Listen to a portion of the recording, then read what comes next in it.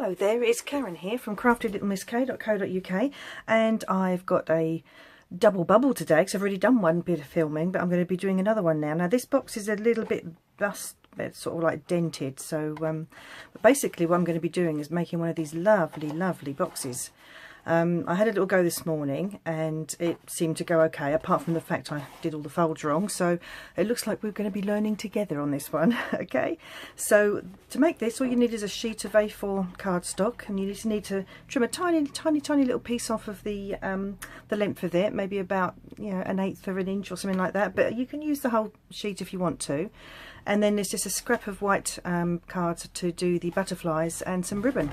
Now this ribbon was really difficult to put through because it's quite thick, but it's very fragile as well because it's made out of like netting and what tulle I think they call it.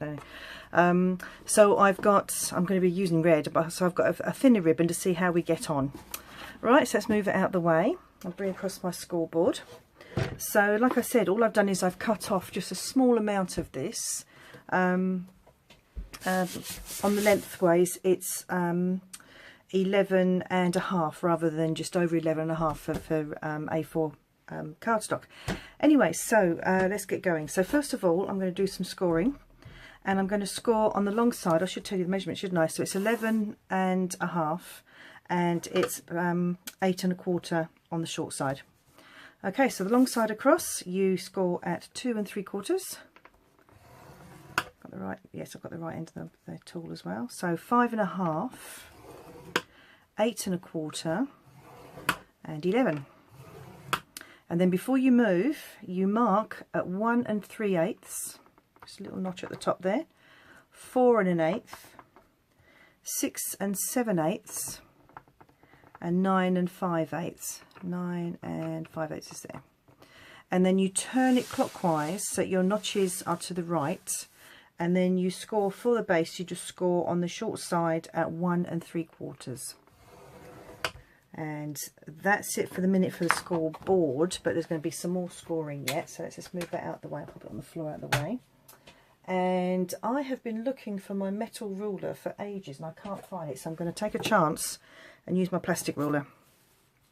So each of those notches now at the top here, what you need to do is diagonally come down to where these score lines cross. So there, down to there, all the way across, which I'm going to do that now. And because the light is starting to go, I can't see where the notches are. I've got a little bit of light coming in from the window and then my craft light on, which is kind of shining a bit.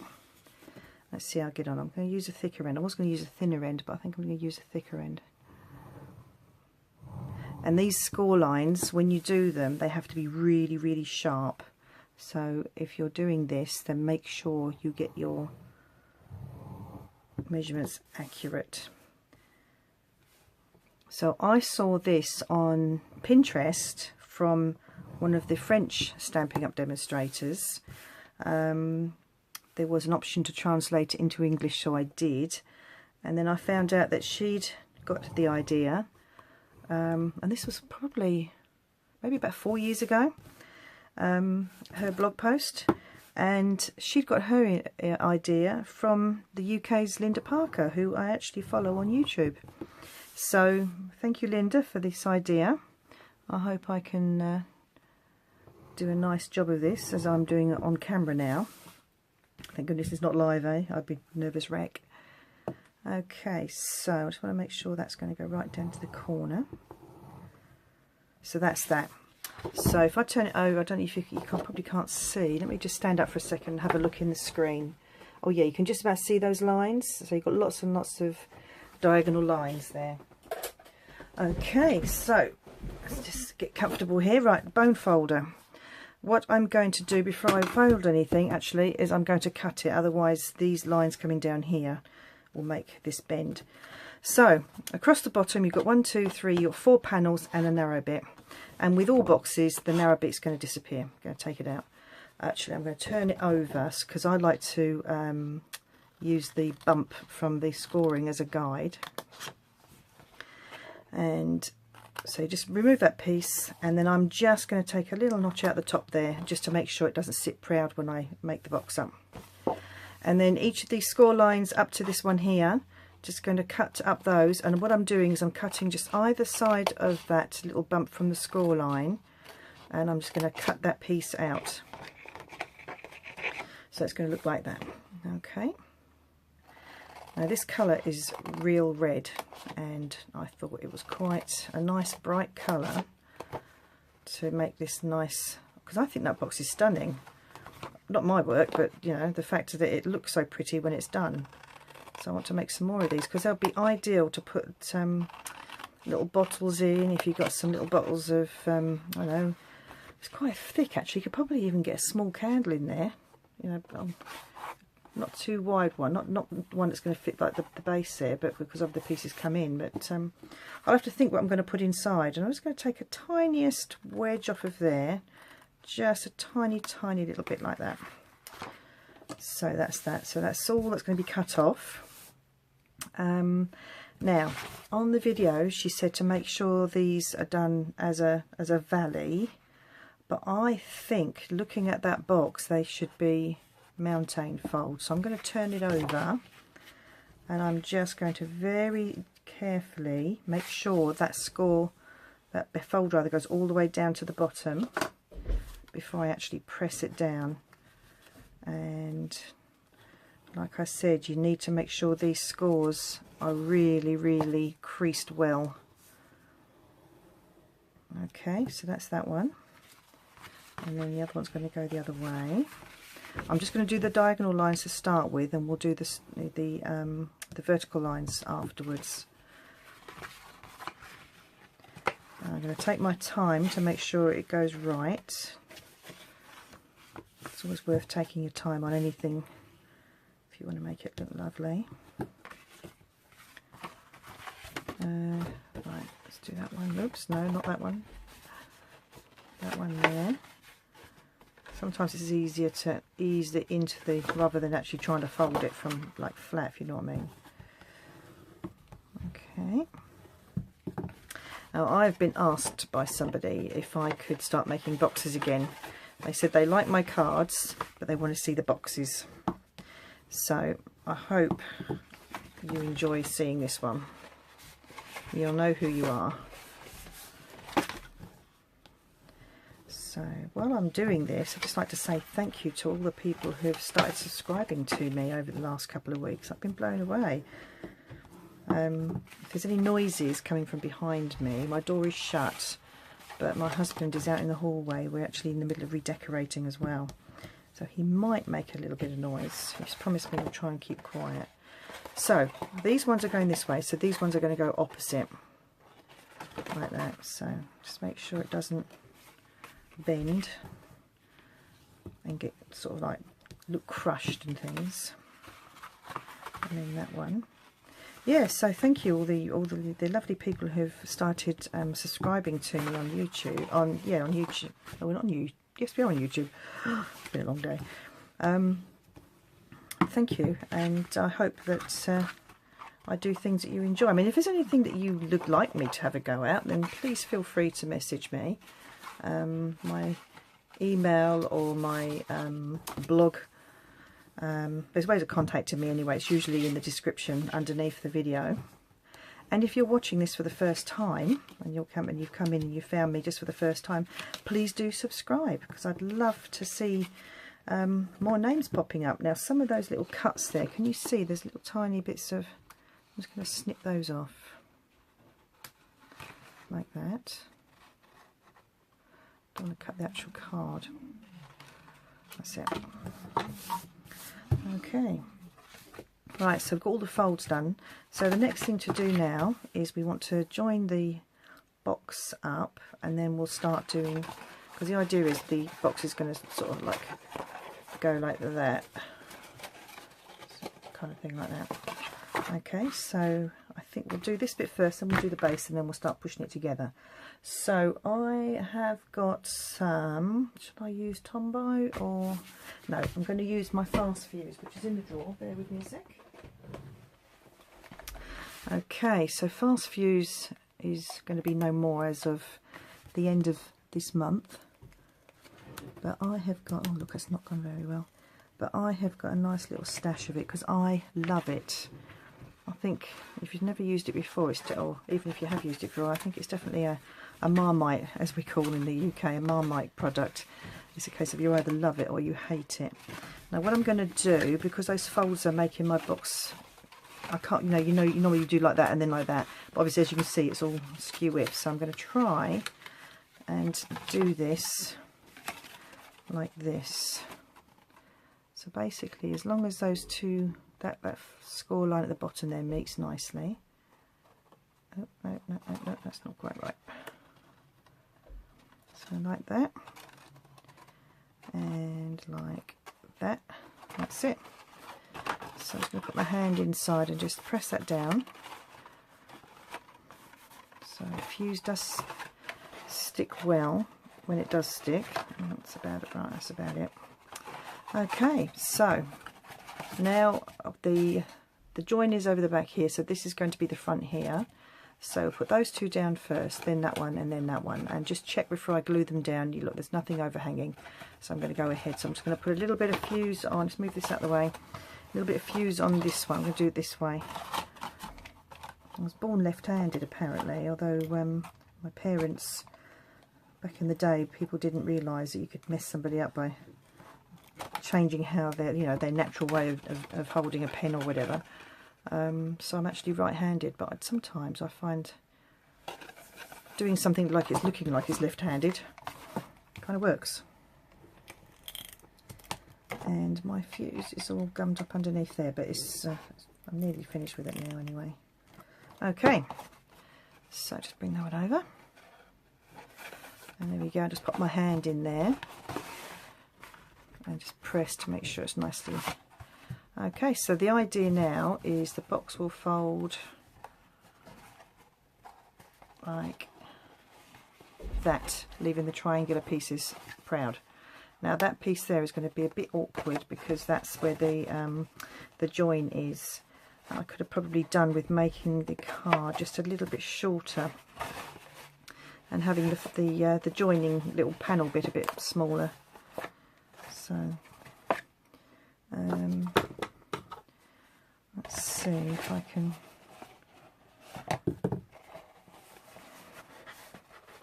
That's about the best I'm going to be able to do, which is a shame because that's going to annoy me now.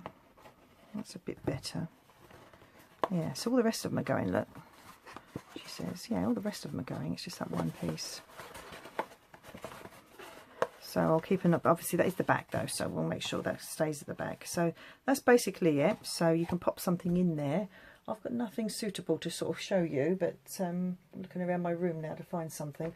I know, it's probably a bit tall, but my stamping mist cleaner. So basically it'd be shorter and just be held in like that. So that's not really a good example, but you get the hopefully you get what I mean. Okay, so now what we're going to do is around the top here we need to do some holes to thread the ribbon through. So I'm going to do this by eye and hope I get it right. So I'm just using my hole punch here. This is a, is that a quarter of an inch, 16th? I think it's 16th, it's about a quarter of an inch. Anyway, so I'm just going to pop it in, and what I'm going to do is I'm going to butt it up against the two pieces there and just bring it in until I can't see the card fills that hole there, if that makes sense. You know, that little bit in there, I don't know if you can see that. So excuse me, I'm just going to come down until that's it, and then hopefully if I manage to do the same all the way around, those holes will be even.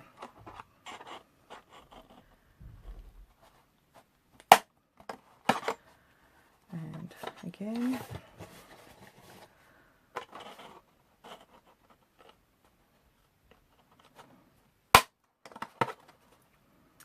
and the last one. That's not too bad. That's not too bad. Okay, so I'm going to need that again in a moment. So you put that to one side for a bit. I'll bring in my little scrap of Whisper White, and I need my stamp set. And the stamp set I'm using is Watercolour Wings, and I'm going to be using this butterfly. This is a stamp set where you can build up what a butterfly looks like, but I'm just going to be using this outline here. This is sadly retiring at the end of the month, like I said earlier, and it's such a shame because it's a beautiful set. and as you can see by the colour of some of the stamps, I've used it quite often. So we'll get that sorted out, and I'm going to need the matching die to cut it out, which is that one there, and my stamp block, which desperately needs cleaning by the look. So I'll hold it again, if you can see those dirty marks on it. That's obviously needs cleaning. So real red, I believe I've got, yes, there it is. So it's right, there we go. So we're going to use real red. Let's move this right out of the way, give me a bit of room. Okay, so actually, because it's such a big stamp, I'm going to take the ink to the stamp. So just give it a really good coating of ink, like that. And then just bring it down, just making sure you can see. With the photopolymer, you really need some cushioning behind. I've got a paper pad here, just so, because they're not cushioned like the red rubber ones are. That's looking very dark on there. So, and another one. So we need 4 of these, one for each of the, sort of like the 1, 2, 3, 4. So if I do it this way, that's 3.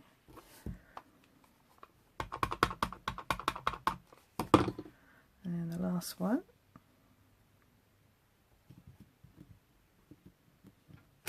4. Okay, so let's close the ink up so I don't get it everywhere.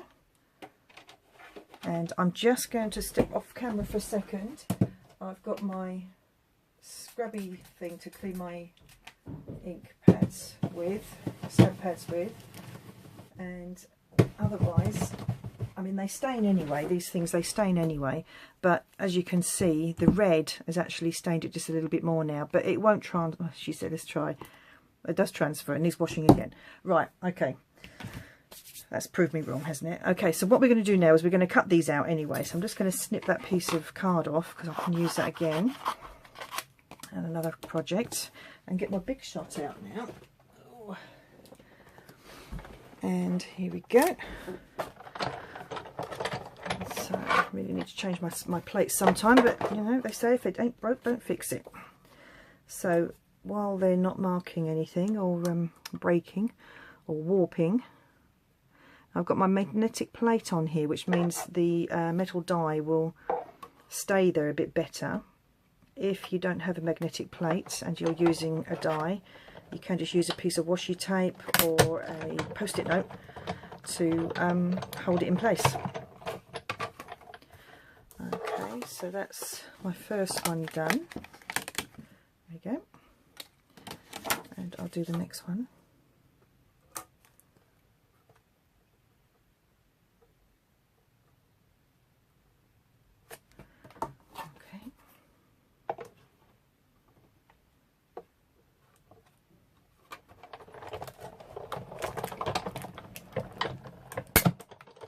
Clicking is okay, it's just all the pressure in the 2 rollers there. Actually, we're working to push out that, because these aren't sharp, but obviously the pressure is what cuts through the cardstock. Don't ask me what pound pressure it is, I've got no idea. I'm not an engineer. Right, so we're nearly there.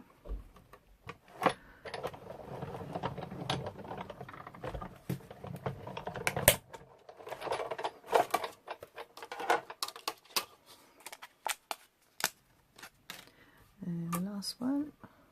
Excuse my arm. Oops.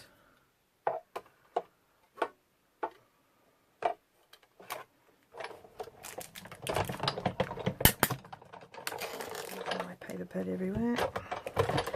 Okay, so let's just get rid of the big shot first of all.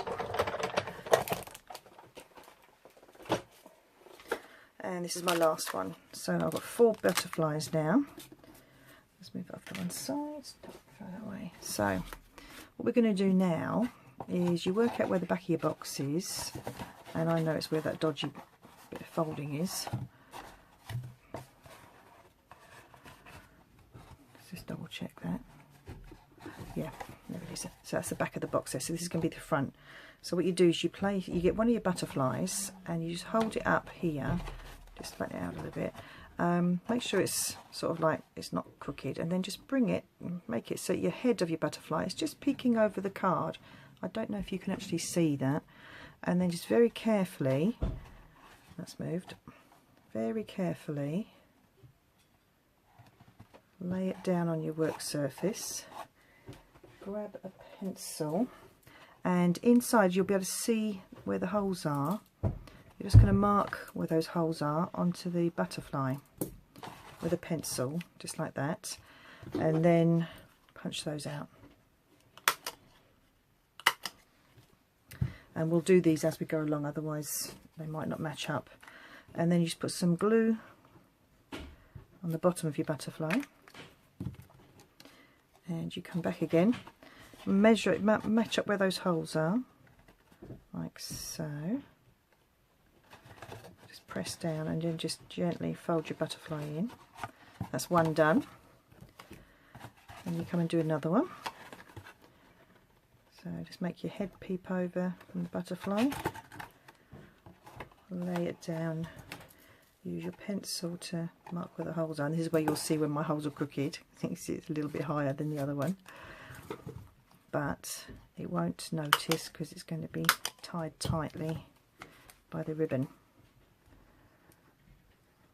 So that's probably a little bit too much glue on that one there, never mind. So pop it back on, match up the holes, just fold it gently, that's it.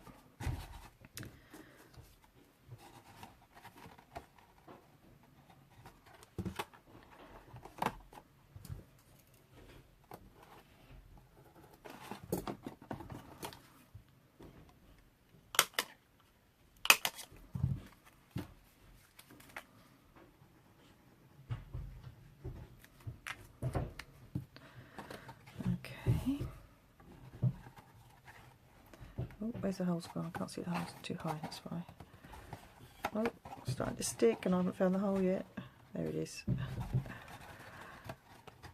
Okay, and the final side.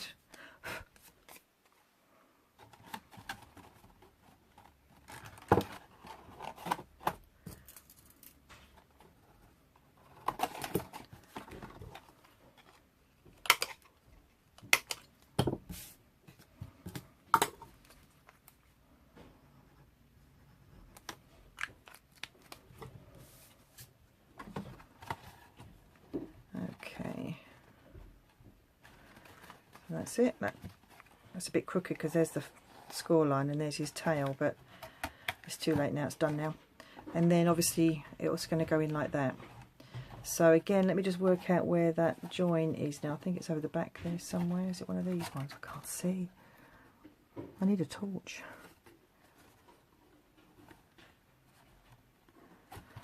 Seriously, I can't see where the join is. It's terrible.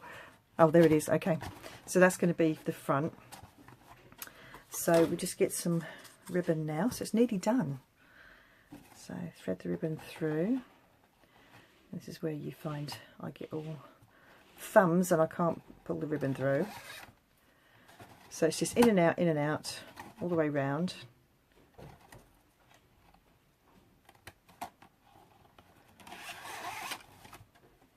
This ribbon is it's called just solid ribbon. It's an 1/8 inch wide, and it's in the new catalogue that's coming out on the 1st of June.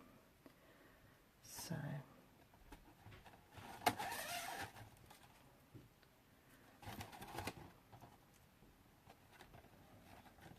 oops.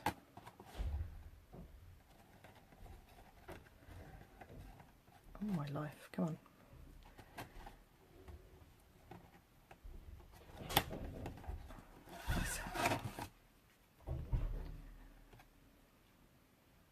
It's like watching paint dry, isn't it? Watching me do this. Maybe I should have paused it, but it's a bit late now because I'm nearly there. Ah, that's why it's not going through. I'll put the butterfly on crooked. I'm just going to make that hole, redo that hole there. That's better.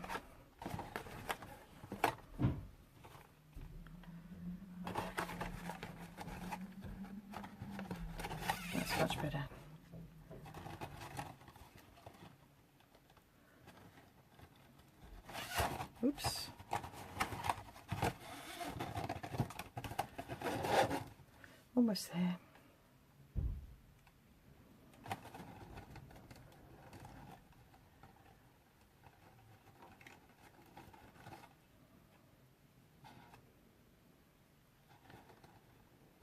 There's another one. That's because it's getting darker. I've got my craft lamp on now, and I don't, but it's not light, not dark enough really to put my room light on.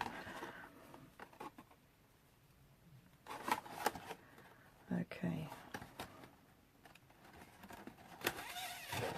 One more.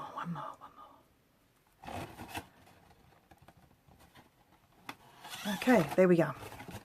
So just pull it through. I've got loads left over, but the this is like a brand new ribbon. It's a little bit bumpy at the scissors. It's a little bit bumpy at the start, so I'm happy just to cut some extra pieces off. Okay, so then just very gently pull it in and tie. Oh, it's a bit too long. It's better. See if I can do this laying down so you can see. With it being narrow ribbon, you're not going to get a really sort of plump bow.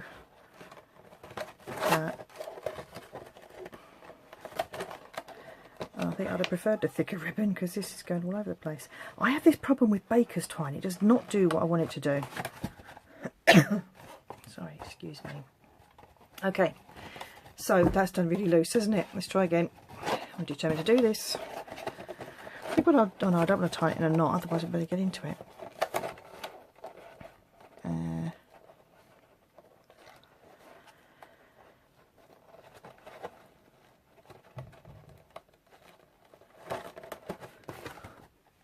I'm just going to pause this one. Okay, yes, when I went to pause it, I didn't pause it, I turned it off, my phone. So here I am back again, just finishing off and just letting you see the end result with it nice and tightly tied in there. Nice big bow there. Bringing the yellow one again as well. And yeah, so I hope you enjoyed watching, and maybe you'll have a go. Like I said earlier on in the video, you can always contact me via my blog or my email. I'd love to see if you do make them, if you happen to have the butterfly set, or if there's something else. I'm going to have to see what else I can use now if it's going to be retired. Yeah, but I hope to see you again. Well, I'm not going to see you, am I? You're going to see me. You're going to see my hands. Yeah, so thanks for watching, and I'll be back soon with another project. Bye for now.